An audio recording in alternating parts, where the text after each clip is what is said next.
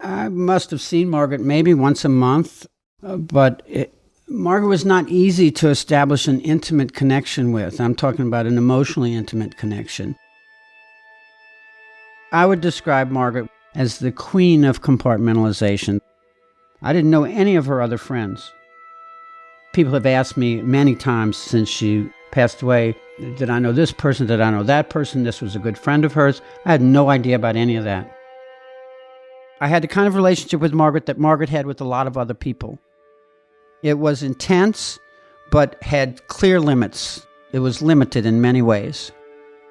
Margaret let you know what she wanted you to know and nothing more. Nearly a decade after Margaret's murder, the search for her killer had gone ice cold. And yet, aspects of Margaret's private life remained unexplored by both professional and amateur investigators. This was due in part to Margaret's need to hide parts of herself that she didn't want colleagues, friends, and family members to know. But in spite of her gift for compartmentalization, certain people did know Margaret's secrets. And as we learned over the past year, those secrets may hold the key to finding her killer. I'm Jed Lipinski. This is Gone South, Season 1, Who Killed Margaret Coon? Episode 5, 9 Lives.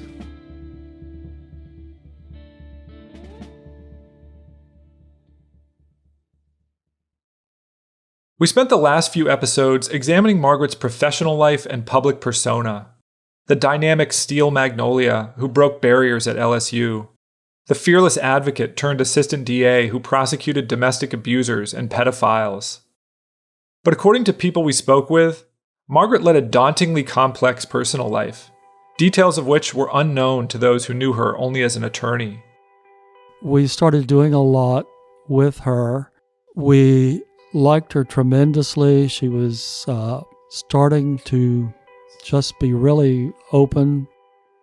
That's Rick Normand, who you heard from in episode 2. He and his wife were law school classmates with Margaret, and the trio became close friends. She had been raised extremely strictly and conservatively in a Baptist environment in central Louisiana. And then she married her high school sweetheart, and then he was in the Army, which is a very conservative place to be, and the wives are supposed to be very conservative. Anyway, somewhere along the line, we were getting closer and closer to her, and we said, Margaret, we're going to a lot of movies, we're going out to eat a lot, we want to meet your husband. She said, oh no, he's busy, or he's whatever. When Rick Normand met Margaret at LSU Law School, she was still married to her high school boyfriend, an Air Force captain named Ronnie Penny. But as Rick got to know her, he realized the two of them were growing apart. She was emotionally growing more distant from her husband and kind of latched on to us, and we thought she was terrific. And so final exams were approaching, and we're all studying, day and night. And she just literally dropped out of sight. As Rick later learned, Margaret and her husband had gotten a divorce, and Margaret had fallen into a deep depression. She dropped out of law school and didn't re-enroll until a year or so later. When she reappeared on campus, Rick noticed a change in her.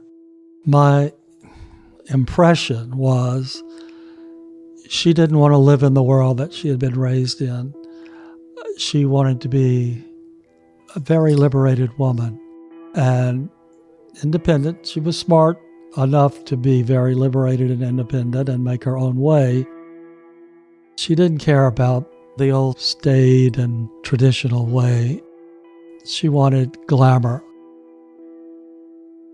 Rick remembers Margaret telling him about a party she'd attended in Dallas during her time away, following her divorce. She had talked about a trip to Dallas. I don't know if she went with somebody from Baton Rouge. She was invited to this party. It was all lesbian, wealthy, professional women, lived their own life by their own terms, She described the woman's penthouse as, gorgeous and elegant. And she just couldn't stop talking about these confirmed lesbians who dressed and ate and drank and, knew fine wine and collected art and had grand homes. And I think that was the life she maybe wanted to live. In 1974, Rick and his wife graduated from LSU and moved to Germany to do legal work for the U.S. Army. But they kept in touch with Margaret as she completed law school. In one letter, Margaret told them that she'd started dating a woman who she'd met during an international law program in Greece. As Rick explained, the woman was a self-avowed socialist, what he called a counterculture hippie kind of woman who hated displays of wealth. Back in the States, Margaret invited the woman to her opulent apartment in Baton Rouge. Now you'd have to imagine gold silk sofa and, Chippendale chairs and just paintings and fresh flowers every 2 days, Anyway, the woman took one look and said, I was not expecting this. I want to, work on social justice issues, and this is obscene to me. So I think the woman left early, and she didn't stay the whole weekend. The relationship quickly fizzled. But as Margaret detailed in a subsequent letter to Rick and his wife, she had started another relationship, this time with a man, a hairstylist and notorious bon vivant named Rex Mcgee. Rex Mcgee was kind of a legend in Baton Rouge for giving grand, elegant dinner parties, Hollywood-style parties, fancy dress-up parties. He was quite Mr. Elegant. And he did, on and off, have a woman on his arm, whether they would go to Mardi Gras balls or debutante cotillions or whatever. At some point, he asked her out, and, she was a trophy on his arm. A Baton Rouge newspaper published a photograph of Margaret and Rex attending a ball at the Capitol House in 1974. Rex, who was 15 years older than Margaret, looks dapper in a tuxedo with slick back hair. Margaret, 29 at the time, is glowing beside him in a silk ball gown. She seems ecstatic to be there. It's unclear whether Rex and Margaret had a sexual relationship, but according to Rick, it was widely known that Rex Mcgee was gay. I think she liked him, and in kind of a romantic way, but I don't think it ever went there. I think she was enthralled that he lived the kind of life she dreamed of living. For Margaret, Rex seemed to provide an escape hatch from her conservative upbringing and the stifling norms of the era. Rick remembers a story Margaret told about a New Year's Eve party at Rex's house. This is just one example of his parties. A lady that was also very high society in Baton Rouge went to his party, and she went in a full-length mink coat, and she kept the full-length mink coat on, even though people said, let me take your coat, let me take your coat. At the stroke of midnight, she dropped the coat, and she did not have one stitch of clothing on. And that's how she rang in the new year. But that's an example of what Rex's friends were like. They were fast, furious, alcohol-fueled, and trying to live the high life in sleepy old Baton Rouge. Others who knew Margaret around this time said she carried on multiple affairs with men and women, often simultaneously in the wake of her divorce. One ex-lover we spoke to on the condition of anonymity described Margaret as trisexual because she would try anything. And yet, Margaret also kept these affairs hidden from those closest to her. As her ex-lover later said, she never let her left hand know what her right hand was doing. But then, in her final year of law school, Margaret experienced a traumatic event. She wrote a letter telling us that she had an affair. I think the man was from Latin America. He might have been a law student, I don't know. And she was using birth control pills, and somehow she got pregnant. So she and the man arranged an abortion. According to Rick, Margaret didn't discover she was pregnant until her second trimester, and the doctor who did the surgery punished her for it. As he performed the operation, he described each step of removing the fetus in excruciating detail. If his goal was to overwhelm Margaret with guilt, he succeeded.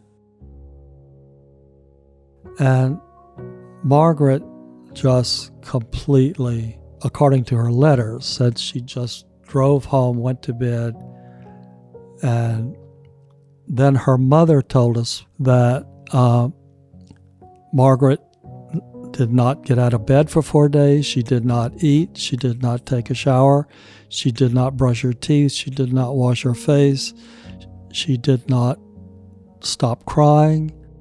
Margaret had fallen apart, nervous breakdown, whatever you want to call it.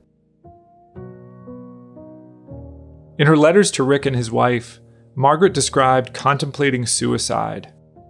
She did tell me that several times she took a flight from Baton Rouge to Alexandria, and she told me that she prayed that the plane would crash because she didn't want to live anymore. Rick and his wife stayed in Germany for several more years, and they heard from Margaret only sporadically. During that time, she graduated from LSU, got a job at the state attorney general's office, and married Bernard Smith, who was then the mayor of Mandeville.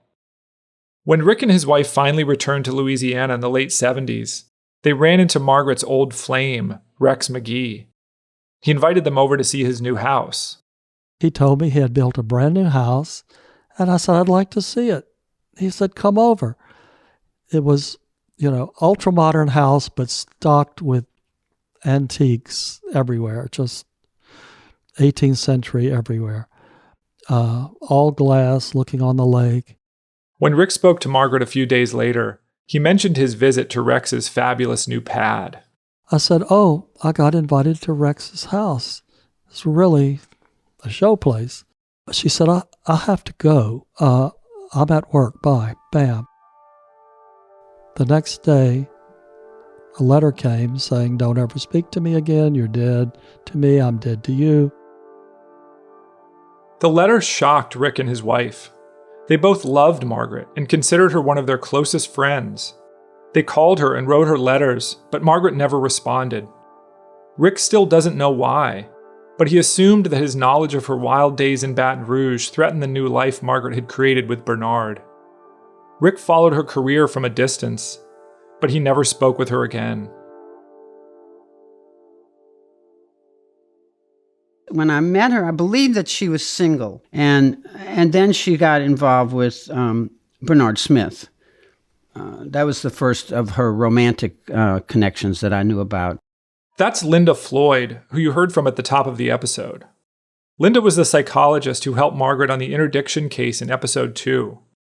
She remembers going out to dinner with Margaret and Bernard sometime in the early 80s, after Margaret had moved to Mandeville. Linda brought a date with her, and he was drunk. And after several cocktails, he literally reached across the table and squeezed Margaret's breast, like a drunk man would do. And Margaret did not flinch. She smiled. She didn't say a word to him. He did it again. And I finally said, what the hell? You're embarrassing me. You're rude to this woman. You got to stop it. But Margaret never once said a word to him, and she never mentioned it to me again. And it was so astonishing to me that she could be so contained and stoic. And I'm looking at her saying, Margaret, you don't have to put up with this. But she had a way of icing over that, she wasn't going to give you 1 inch of her vulnerability. By the time Margaret arrived in St. Tammany, she had been through a lot. The rampant sexism at LSU, the divorce from her first husband, grappling with her own sexuality, the abortion. It's hard to know exactly how these experiences shaped her, but as she settled into her new life as a married attorney, she seems to have closed off a part of herself. That icy exterior she showed Linda's date at dinner, it manifested itself in her most intimate relationships too. Which is why, in the wake of Margaret's death, most people had no idea she may have been leading a secret life. By the 1970s, non-heterosexuality in Louisiana was still strictly taboo. But in downtown New Orleans, the 78 square blocks known as the French Quarter served as a long-standing exception. In fact, the quarter is home to the oldest continuously operating gay bar in the country, Café Lafitte in Exile, which opened in 1933. While most of the city and the region were steeped in conservative values, gay and lesbian bars in the quarter provided a sanctuary for people from across the Deep South. Although you had to be quiet and you couldn't announce who you were, it was much less restrictive than the rural parishes in Louisiana. And a lot of people, they saw this as more freedom. That's Liz Simon, a clinical social worker and political activist who spent time in New Orleans' early gay bar scene. People from the rural parishes would come to New Orleans to party, to socialize, to be able to socialize, and then to put down roots. The French Quarter had made a name for itself as a safe place for non-heterosexuals in the South. But on June 24th, 1973, a horrific act of violence stunned New Orleans' gay community. As patrons of a small second-story bar called the Upstairs Lounge celebrated the 4th anniversary of the Stonewall Uprising, an arsonist set fire to the first floor of the building. The blaze climbed the stairwell and ripped through the bar like a tidal wave. The bartender, Buddy Rasmussen, rushed a small group through an unmarked emergency exit, narrowly escaping the fire. But those who couldn't hear or see Rasmussen remained trapped in the front room. Those inside said there was massive panic and people started running all over. Most headed for the windows, but that proved to be a tragic decision. They were stopped immediately by iron bars over the windows. Police say the bar is a hangout for homosexuals, and homosexuals frequently carry false identification papers, making positive identification of the victims nearly impossible. The fire left 32 dead and 16 injured. It remains the deadliest fire in New Orleans history and was the deadliest attack on a gay bar until the Pulse nightclub shooting in 2016, which claimed 49 lives. But despite the scale of the tragedy, the public response ranged from indifference to contempt, even among first responders. On the night of the fire, one eyewitness claimed to have overheard an exchange between two firemen. "We can't get up there," one said. "Oh, fuck it," the other responded. "It's only faggots. Let 'em burn." A photograph of the scene shows civilians pushing a gurney while cops stand idle in the background. The flash fire spread throughout the second-story bar in a matter of seconds. Those who escaped reported smelling gasoline before the room was engulfed with flames. And two eyewitnesses, who would not allow their faces to be shown, told WWL-TV newsman Bill Elder it was arson. I'm not going to say murder. I will say that what was done intentionally. The police managed to identify a suspect. According to multiple survivors, a man named Roger Dale Nunez was kicked out of the bar shortly before the fire for drunkenly harassing customers. A man matching his physical description was later seen buying a can of lighter fluid at a nearby Walgreens. But Nunez was never arrested. A year after the fire, he committed suicide. The gay and lesbian community not only had to worry about random acts of violence, they also had to be alert to discriminatory laws. This is Liz Simon again. You would be arrested if you were dancing with another woman, if you were kissing another woman at the bar, if you didn't have 3 feminine articles of clothing on you, and they had to be specific, and usually it was undergarments. That was a regulation from the New Orleans Police Department. You know, you were breaking the law by congregating in a place of business and having a few drinks and socializing and dancing. In the 70s, a woman named Charlene Schneider was arrested multiple times for lewd behavior, obscenity, and other bogus homophobic charges. Charlene passed away of leukemia in 2006, but we spoke with her partner of 20 years, Linda Tucker. I think Charlene had been arrested 7 times. And I know one time it was just for being outside her bar talking to several women on the sidewalk. And that was probably the time that it was in the paper. Charlene worked for NASA's Michoud Assembly Plant in New Orleans East, which built rockets for the Apollo space program. She had a secret security clearance, but when a police report detailing her arrest appeared in the Times-Picayune, her boss hauled her into his office.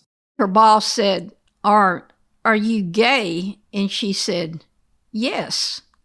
And then the rest is history. You're fired. Charlene was 24 at the time. When she lost her job, she was unable to pay rent and had to rely on friends for food. She later told an interviewer, "That's what makes you get mad enough. When you've lost everything, when you've got nothing left to lose, you fight back." So that's when she decided to have her own bar and a safe place for women to go and not be harassed by whomever. And so Charlene found a building for sale well off the beaten path. Charlene's bar was, at 940 Elysian Fields, and it wasn't in the quarter. It was not the best place in town, I would say, but Charlene hired security guards, and she kind of protected everybody, not just inside the bar, but outside the bar too. She was tough. I mean, small, skinny little woman, but she was very tough. If someone was in the wrong place, she would escort them out. Charlene's was a sanctuary by design, and Charlene set the tone. And Charlene was always at the door, greeting people. She had kind of a Cajun accent, and she'd say, well, hello, darling, welcome to Charlene's. People would say, who is this woman why is she being so nice to us? Charlene may have been nice, but she knew how vulnerable the lesbian community was. The night of the upstairs lounge fire, Charlene was supposed to be there, but fate intervened. Charlene and her friends were on the way to the upstairs lounge, and she had new shoes, and she got sidetracked because her feet were hurting. And she told her friends to go on to the upstairs lounge, and she'd catch up with them later. And her friends were in the lounge when the fire started, and they didn't make it out. That experience, combined with her own arrests, shaped Charlene's approach to running her bar. She was part charming hostess, part guard dog. The bar's location also made it more discreet than other lesbian bars in the French Quarter. Ellen DeGeneres, who grew up in a suburb of New Orleans, is said to have hung out at Charlene's years before she came out publicly. Some patrons were out of the closet, but others weren't, and they probably wanted to keep it that way. One patron who would have appreciated the discretion was Margaret Coon. From what we can tell, Margaret spent a good deal of time at Charlene's, but she kept it a secret. Linda Floyd, for example, was surprised when she first heard that Margaret hung out there. But then again, that was Margaret's MO. She had a lot going on that I knew nothing about. She had a lot of things in her life that she kept to herself. So she lived in a lot of different compartments and was so adept at keeping them separate one from another. I would say Margaret had at least 9 lives. But not so much 9 lives that she kept surviving from a failure, but 9 lives that she lived simultaneously. The closest Margaret came to revealing her sexuality to Linda came over lunch one day.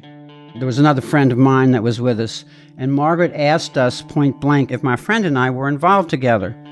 And we answered no, we weren't, and we weren't. And then she sort of covered that with saying, oh, there was a time when she was in Greece, she had some relationship with a woman, it was an interesting experiment. And that was the end of the conversation. I had no other information about her involvement with women. But other people did have this information. and as a young St. Tammany journalist would discover, they were never aggressively pursued. There were a whole lot of people who knew Margaret Coon, a whole lot of people who probably had been hurt by Margaret Coon, and people who loved Margaret Coon, who nobody ever talked to about the death of Margaret Coon.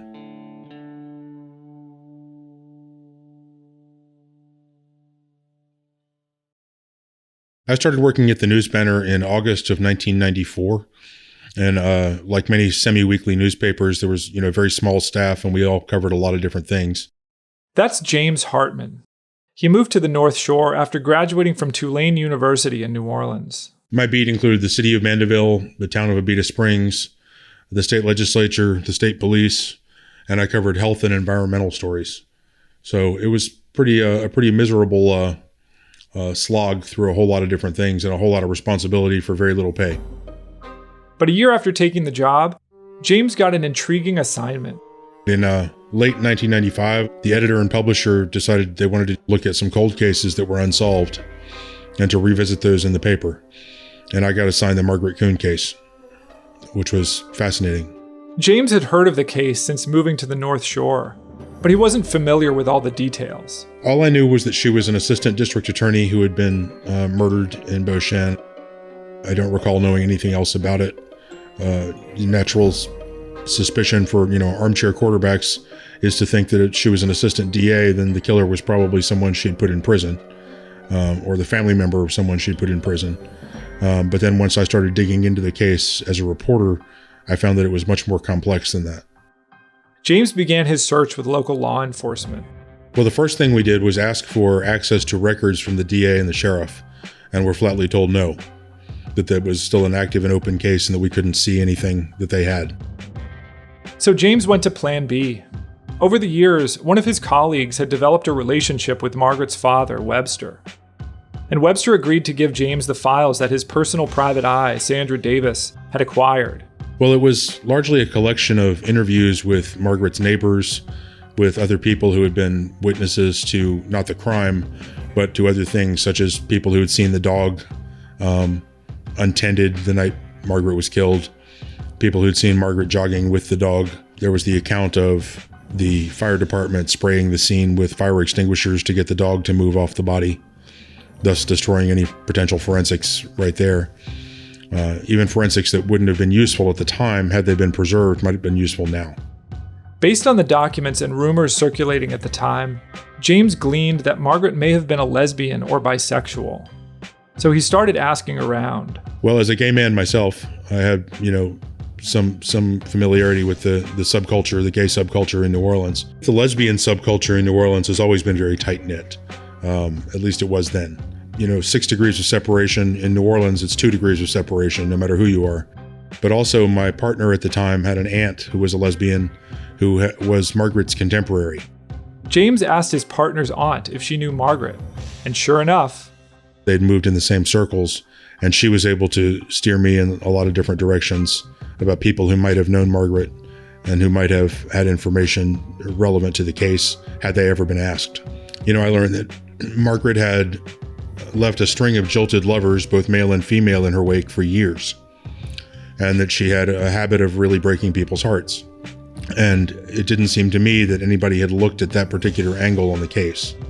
James had been to Charlene's bar once or twice during college. In reporting the story, he went back and chatted up some patrons, inquiring about Margaret Coon. We learned that Margaret's dog, Charlene, had been named after the owner of Charlene's bar, but there was nothing in the case file that I was able to see where anybody had ever talked to Charlene or ventured into Charlene's bar to talk to regular patrons there to see if anybody knew Margaret or had any idea who might want her dead. It underscored to me that a lot of Margaret's personal life had been overlooked in this investigation. Not only does no one know who killed Margaret, but no one seems to have really known Margaret. At one point, James's partner's aunt connected him to a woman named Retha Brannon. Retha had dated Margaret in the mid-70s when she was an undergraduate at LSU. James interviewed her for hours on the phone. She was very, very forthcoming.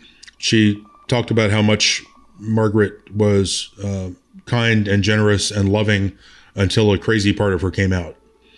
And she indicated that Margaret would start relationships with both men and women and become very emotionally involved with them and then simply cut them off, simply drop them like a hot rock and break their hearts. According to Retha, this was a pattern of behavior with Margaret her whole life. Reel people in and then drop them over and over again and left a trail of broken hearts in her wake.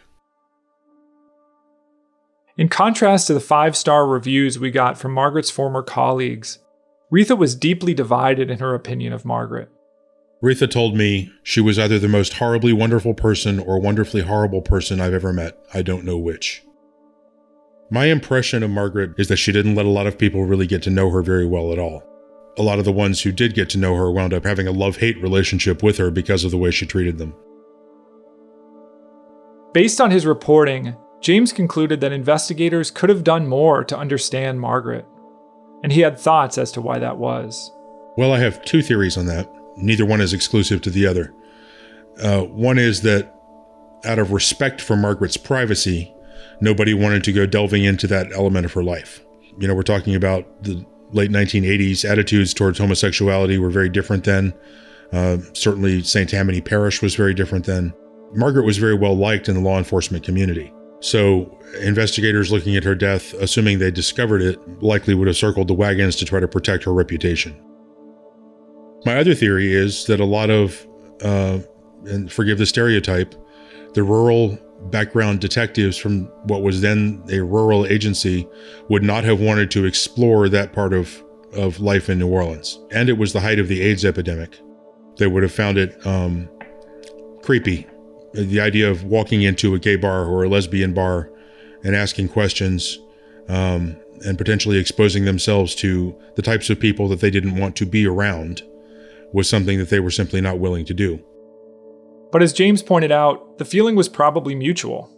The people that I'm suggesting they should have talked to and didn't probably had the same stereotypical feelings and didn't want to cross the lake and talk to the investigators about what they knew about Margaret either.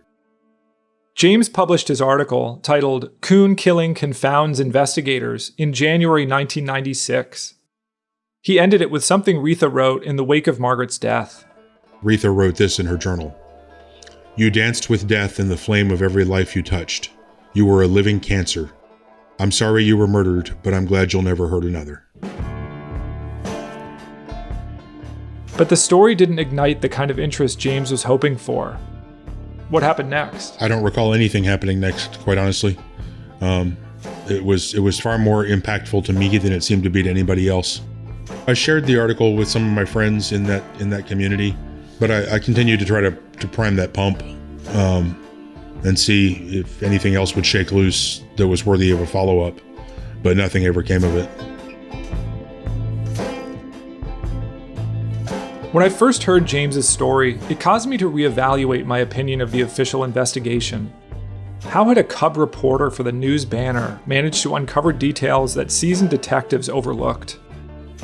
But as I later discovered, the sheriff's office had known about Retha long before James stumbled onto her. The investigative file contains a 45-page interview with her, conducted by Detective Jed Daigle at Retha's home in Alabama on January 6, 1989, less than 2 years after Margaret died. Their conversation was wide-ranging. They discussed a number of theories I'd never heard before, such as the idea that Margaret was not murdered, but out of suicidal despair, had hired someone to kill her. Retha also wondered if perhaps Margaret had AIDS and was killed by a lover she'd given it to. But Daigle told her a post-mortem AIDS test had ruled that out. Retha was uninhibited in what she divulged about Margaret's private life. In addition to their own relationship, she described flings Margaret had with a half a dozen other women, including someone Retha called Amazing Grace. She said Margaret hung out with a group of lesbian bikers. She even claimed Margaret had a 3-way affair with her best friend and the friend's husband during her days in Baton Rouge. And yet, as James Hartman suggested, it doesn't seem like detectives pursued these leads. The sheriff's file contains no interviews with other ex-girlfriends. Judging from the documents we received, they never spoke with Charlene or any of the patrons James talked to. Instead, Detective Jed Daigle wound up asking people like Margaret's boyfriend Jay Fagan about Margaret's sexual history. As you may recall from episode 2, Fagan denied any knowledge of Margaret's bisexuality or a three-way sex affair she may have engaged in. Of course, Jay Fagan, a wealthy and well-known periodontist, was exactly the kind of person Margaret would have hid such details from. From that perspective, it's hard to escape the idea that detectives missed a crucial avenue of investigation. But still, detectives did pursue one person mentioned in the Retha Brandon interview. A person Retha believed may have had a dramatic falling out with Margaret. This person happened to live in Beauchamp at the time of Margaret's death. In fact, her condo was located just 50 yards from where Margaret's body was found.